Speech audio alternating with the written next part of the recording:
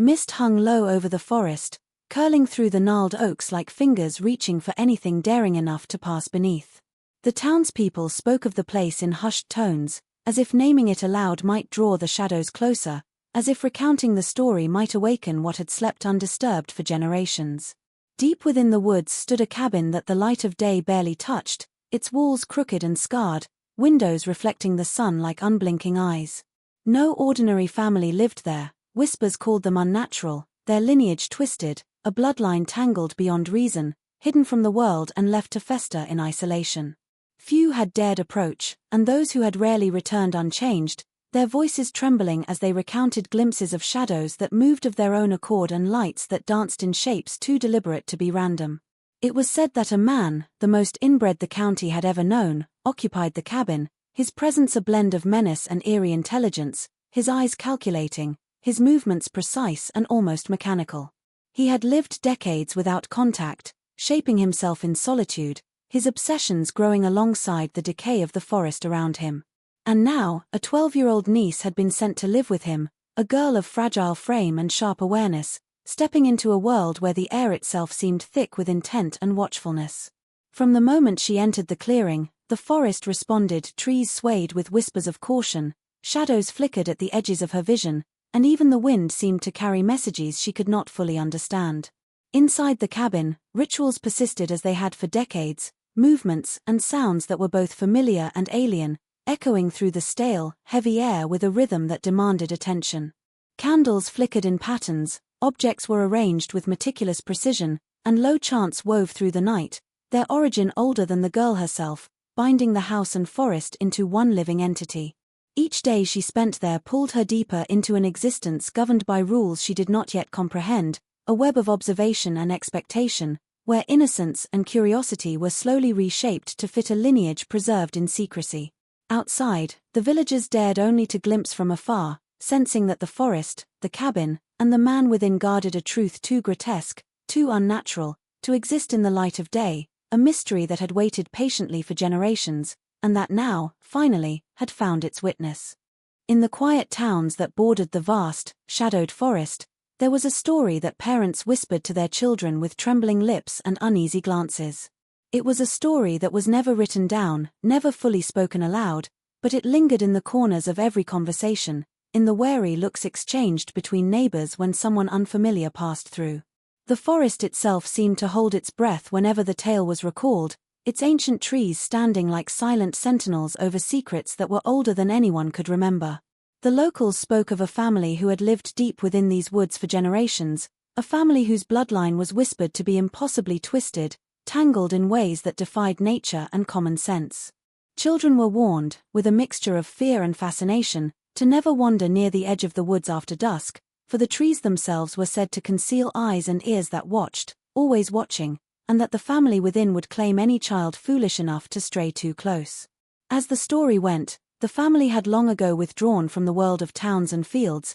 choosing isolation over society, drawing a curtain of secrecy around their lives so impermeable that even the closest neighbors could only speculate on what went on behind the rotting wooden walls of their cabin. Over the years, those who dared to approach the forest's edge spoke of strange sounds, low murmurs carried on the wind, laughter that didn't belong to any child, and occasional glimpses of movement that vanished the moment anyone tried to focus on it. Some claimed they had seen figures passing behind the trees, silhouettes so unnatural that even the bravest would turn away, heart pounding, insisting they had imagined it. The elders insisted that these stories were warnings, lessons meant to keep the curious from venturing too far, but there was a certain undercurrent of truth that could not be denied, a dark thread woven into every tale that suggested something profoundly wrong persisted in that forest. It was said that the family's isolation had not only preserved them physically but had warped them in ways that were unimaginable to ordinary people, that the ties that bound them to one another were more than just familial affection but something more primal,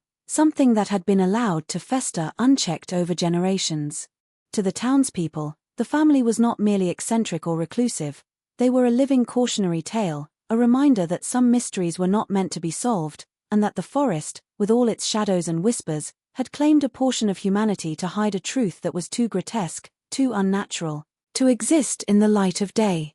The first time anyone saw the house, it was from a distance, half hidden behind a curtain of ancient oaks and creeping ivy that clawed at the walls like desperate fingers. The cabin seemed almost alive in its decay, a dark silhouette against the fading light, with windows that caught the last rays of the sun and reflected them like cold, unblinking eyes staring across the forest floor. Its roof sagged under the weight of years and neglect, and the wooden planks that formed its walls were warped, cracked, and streaked with water damage, giving it the appearance of a carcass slowly rotting in place. From the edges of the clearing, where the grass grew long and wild, it was easy to imagine that the house had always been there, existing outside of time, untouched by the world beyond the trees. Those who ventured closer spoke of an unsettling stillness around it, as if the forest itself had withdrawn in respect or fear, leaving a vacuum where even birds dared not sing. Every step toward the structure seemed to echo unnaturally, carrying through the trees in a way that made the visitor feel simultaneously exposed and watched. On the cabin's front door, crude carvings etched into the wood hinted at meanings no outsider could decipher. Strange symbols, some geometric, others resembling distorted figures, were repeated across the doorframe and posts, their patterns giving the impression of a code or a warning meant to be understood only by those who lived within. The windows, half-shattered and clouded with years of grime, revealed glimpses of the interior that were immediately unsettling. Furniture draped in tattered cloth, shadows that seemed to move independently of the light, and objects placed in arrangements that made no sense but hinted at rituals, habits, or obsessions that outsiders were never meant to comprehend. Even in the broad daylight, the house radiated an oppressive presence, and as the sun dipped behind the horizon, it seemed to exude a darkness that was almost palpable, pressing on the skin like invisible hands. Neighbors told stories of seeing flickering lights inside at impossible hours, and of hearing sounds that could not belong to any ordinary household, muttered voices, the dragging of heavy objects,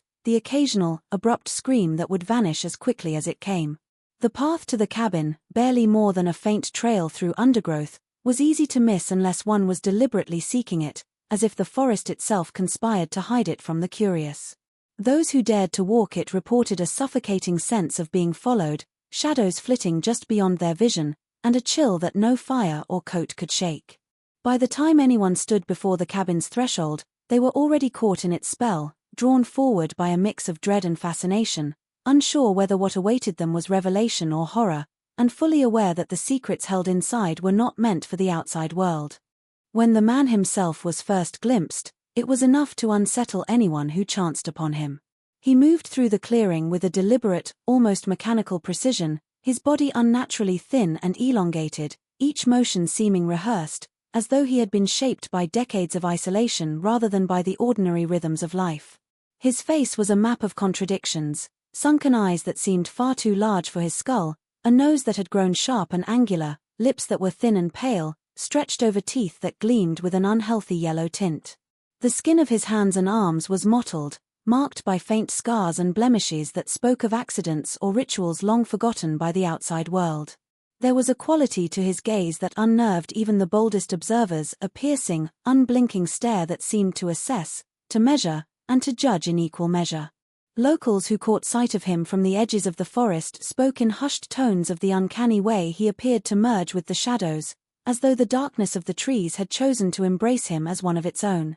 His clothing, if it could be called that, was a patchwork of fabrics and furs, scavenged, repaired, and worn for so long that it had become part of his physical form, as though he had been stitched into his own isolation. There was an air of menace about him, not the obvious aggression of someone quick to strike, but a more subtle, insidious presence that suggested he existed outside the rules that governed ordinary people. Rumors swirled among the townsfolk. Some claimed he never spoke to anyone who approached the forest, while others whispered that when he did speak, his voice was low and melodic, carrying an eerie calmness that could make the bravest shiver. Even the animals seemed to sense his presence. Deer would vanish at the first glimpse of him, crows would take flight in a sudden flurry, and dogs, usually fearless of strangers, would whimper and retreat when he passed. Those who dared to look closely noted the oddities of his appearance, the slight curvature of his spine, the jerky rhythm of his hands, the way his fingers flexed as if testing muscles they had not used in ordinary human labor for decades.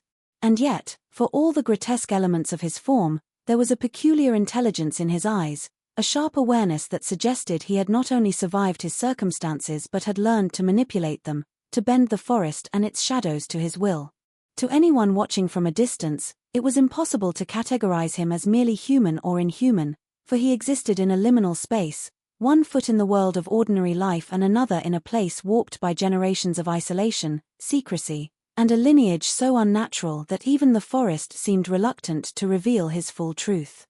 The arrival of the 12-year-old niece was the first event in decades that seemed to disturb the uneasy balance within the forest, and the town itself buzzed quietly with speculation, though no one dared speak too loudly of it. She was sent under circumstances that were never fully explained, wrapped in vague stories of family duty and obligation, but the truth, as everyone sensed, was far darker. When she stepped from the wagon at the edge of the clearing, her small frame looked almost fragile against the looming backdrop of twisted trees and the shadow of the cabin that had haunted Whispers for generations. Her eyes, wide and alert, reflected both fear and a curiosity that was impossible to contain, scanning the forest as though she already understood it to be alive with unseen forces. The man who had long been the subject of legend emerged to meet her, his gaunt figure stepping from the shadows with a deliberate grace, each motion measured, each glance weighing her in a way that made her instinctively shrink back, though she could not tear her eyes away. There was no warmth in his welcome, no attempt at gentleness, only a quiet, unsettling scrutiny,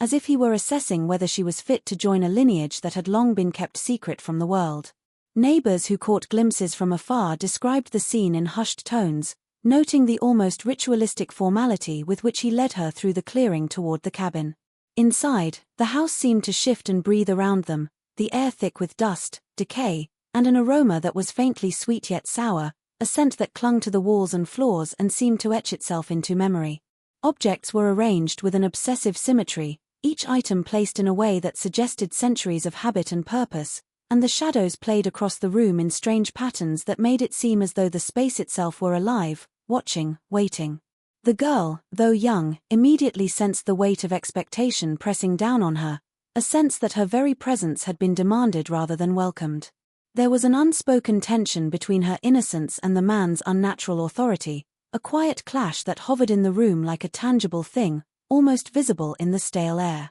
As the days passed, she began to learn the rhythms of the house and the forest, observing the odd patterns, the strange rituals that marked the family's existence, and the eerie stillness that seemed to hold the world outside at bay. She felt the isolation pressing on her, a slow, creeping awareness that she was no longer just a visitor, that she had been placed deliberately into a world that had long been hidden, a world governed by rules she did not yet understand but that would shape her in ways that were both mysterious and frightening, and that every creak of the floorboards and flicker of shadow carried a lesson she could not yet name. From the moment she arrived, the forest seemed to take on a life of its own, responding to her presence with subtle, unnerving movements that were impossible to ignore. The trees swayed even when there was no wind, their gnarled branches reaching out like fingers, brushing against one another in sounds that resembled whispers. Shadows shifted at the edges of her vision, darting and dissolving before she could focus on them, leaving her with the impression that she was never truly alone. Animals behaved strangely. Deer would freeze mid-step and stare in her direction before bolting without explanation. Birds would vanish from the treetops as if the very air had become dangerous, and even the smallest insects seemed to retreat from certain areas, creating unnatural gaps in the forest's usual life. There were nights when the wind carried faint murmurs, almost like voices, weaving between the trunks and through the underbrush, soft and indecipherable, yet unmistakably deliberate. The girl quickly realized that her every step was being noted, that the forest itself seemed to measure her intentions,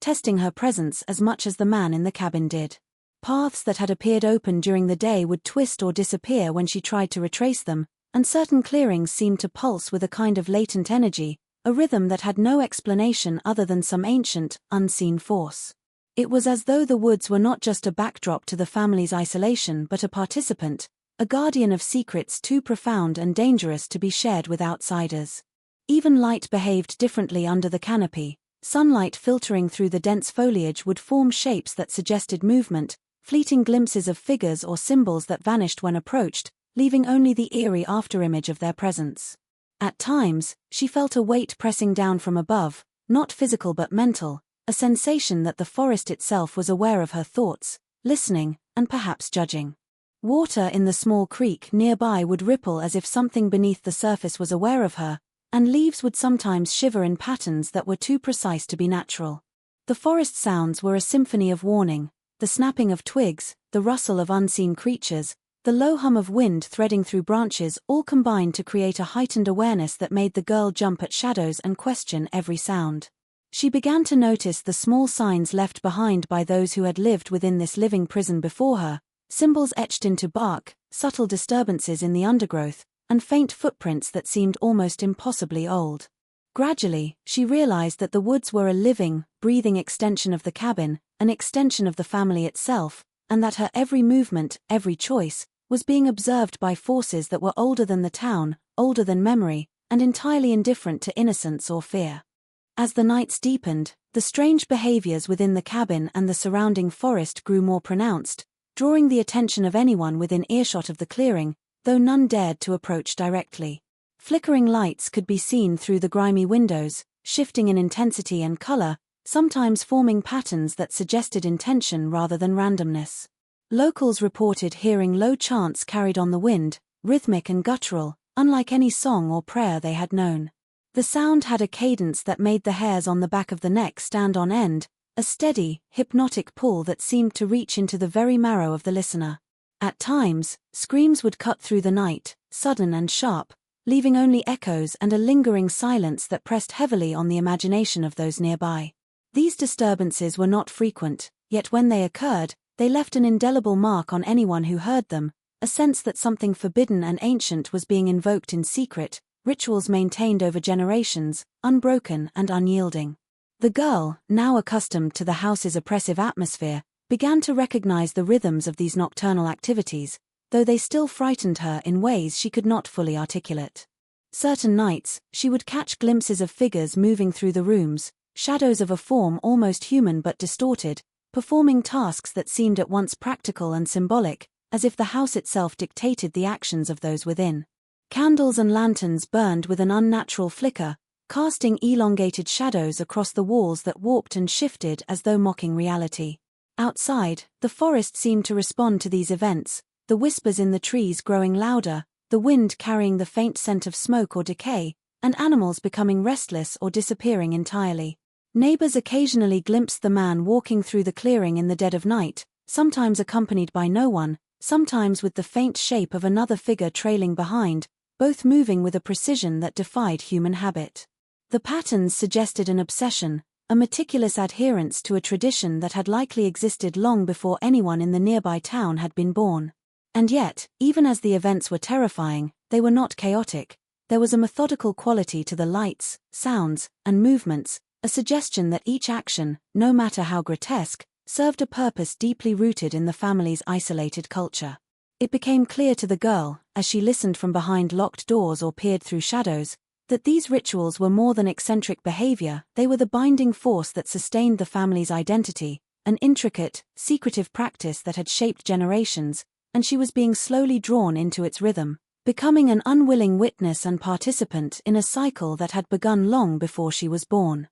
The arrival of an outsider, a traveler with more curiosity than caution, sent ripples through the delicate tension surrounding the cabin and forest. Unlike the townspeople who stayed safely at the edges, this person ventured closer, drawn by the allure of the forbidden and the whispered tales that had long circulated as warnings. At first, the approach was hesitant, measured, each step careful on the uneven forest floor, mindful of the twisted roots and underbrush that seemed almost deliberately arranged to impede passage. The air grew heavier the nearer the cabin came into view, saturated with the scents of damp wood, decaying leaves, and something more elusive, sweet and cloying, that clung to the wind like a memory that did not belong to the living. From the shadows, the traveler glimpsed glimpses of movement, figures bending or shifting unnaturally, glimpses of pale skin and ragged clothing, and the faint glint of eyes that caught the light in a way that was unmistakably aware. There was a subtle rhythm to the forest sounds, a cadence that seemed to anticipate the outsider's approach,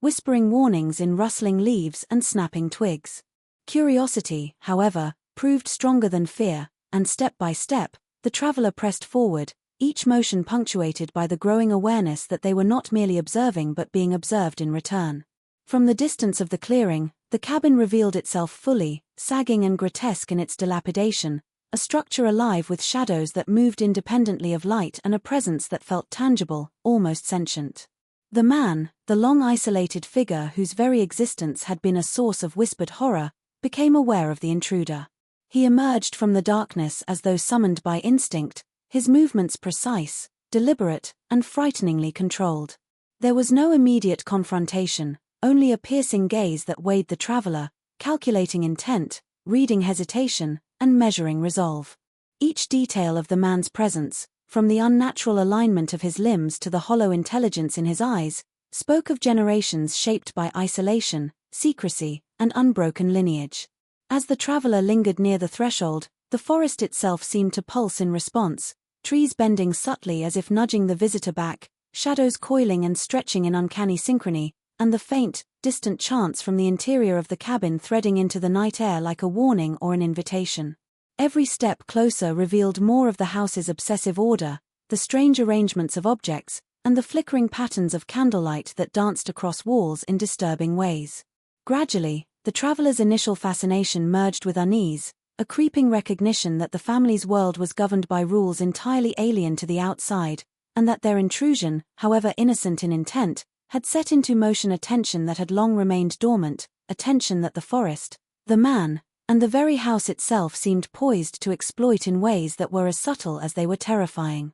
Signs of madness began to surface in ways both subtle and shocking, marking the man as a figure caught between the fragile boundaries of human reason and a mind warped by generations of isolation. His behavior was unpredictable, oscillating between moments of unsettling calm and sudden bursts of erratic energy, as if he were performing a private ritual dictated by invisible forces. He spoke in riddles, phrases that twisted meaning and logic, words that could confound even the most patient listener, leaving them to wonder whether he was testing their comprehension or indulging some internal obsession. His obsessions centered relentlessly on purity of blood, lineage, and control, a fixation that appeared in the meticulous order of the cabin, the placement of objects, and the way he monitored even the smallest movements of the girl or anyone who came near.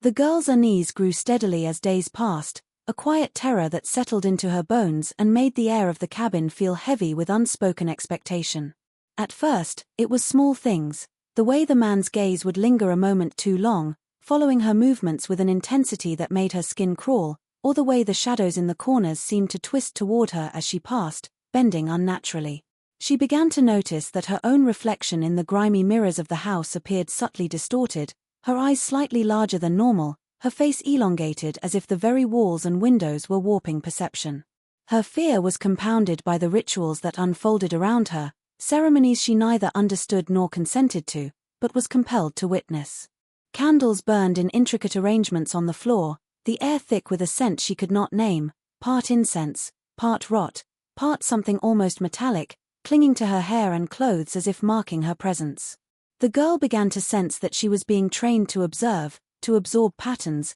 to anticipate the man's desires before they were voiced, as if her very thoughts were no longer entirely her own. Her interactions with the man were fraught with subtle intimidation. A tilt of the head, a narrowed eye, a slow, deliberate hand movement could communicate disapproval or approval with terrifying precision, teaching her that in this household, obedience was measured in silence and intuition rather than words. Over time, the girl noticed herself changing. Small habits, gestures, and phrases she would never have used before now emerged unbidden, almost as if she were mimicking the household itself. Her own voice began to carry the cadence of the chants she had heard through the walls at night, soft at first, then stronger, imbued with a strange certainty that both fascinated and frightened her. Her sleep became restless, filled with fragmented visions of the forest, glimpses of shadowy figures that echoed the movements she saw in the cabin, and dreams where the man's presence loomed impossibly large, sometimes watching, sometimes teaching, sometimes accusing. Even outside the house, she felt the forest's scrutiny pressing on her, the branches brushing in ways that seemed almost deliberate, the wind carrying faint whispers she could not fully understand but that made her heart pound in a mixture of fear and recognition. Gradually, the girl realized that her unease was not merely emotional, it was physiological, a creeping, inescapable awareness that she had been thrust into a world governed by its own laws, where her innocence and curiosity were being reshaped to fit a lineage that demanded conformity, and that the longer she remained, the more deeply she would be drawn into the intricate, unyielding web of the family's secretive and unnatural existence. Beneath the canopy of the forest, hidden beneath layers of decay, moss, and shadow, lay a secret so tightly bound to the family's existence that it seemed to pulse with a life of its own, a secret that had survived generations and thrived in isolation, waiting for the moment it would be confronted. The villagers, long conditioned to fear the forest and its inhabitants, had only glimpsed fragments of this truth, mere shadows glimpsed between trees, the faint echo of a chant carried on the wind, or the fleeting reflection of candlelight against the cabin's grimy windows. Inside, the man moved with a knowledge that suggested he was not simply a guardian of the household but a custodian of something far older, something that had dictated the rhythm of his family's lives and decisions for decades, shaping not only their bodies but their very minds. The girl, now attuned to the patterns and rituals of the house, began to sense the presence of this hidden mystery, a weight pressing beneath her awareness, tugging at her instincts, and leaving her with an inescapable feeling that everything she had experienced so far, the chants, the shadows, the precise and obsessive movements of the man, was part of a much larger design. She noticed subtle signs, arrangements of objects that seemed innocuous at first but revealed symmetry and intent upon closer inspection, marks on the floor or walls that formed repeating patterns, and the forest itself responding to these designs, shadows aligning in unnatural ways and the wind moving in directed currents that seemed to follow invisible paths. Even the animals seemed to know of this secret, their behaviors shifting in ways that suggested reverence or fear, avoiding certain clearings while clustering near others, as though acting out a script written long before the girl's arrival. The man's interactions with her took on a new layer of intensity, a careful cultivation of knowledge and observation, as if he were preparing her to witness or even participate in something that could not be fully explained, something that had been preserved from generation to generation with unwavering devotion. The weight of history pressed down on her awareness, the realization that she was not merely an observer but an intruder in a living chronicle of human aberration, a line of existence that had been protected, distorted, and expanded over decades in total isolation. The forest, the cabin, the rituals, and the man himself were all threads woven into a tapestry of secrecy so complete that even the closest neighbors had only glimpsed its edges, never its center. Every whispered chant, every careful placement of objects, every measured movement of the man now made sense as components of a structure that had been quietly maintained for decades, a hidden mechanism designed to sustain and conceal a truth far darker and more intricate than any outsider could imagine, a truth that waited in the shadows for someone to recognize it fully, to confront it, and to perhaps awaken forces that had slumbered, patient and unyielding, deep in the heart of the forest.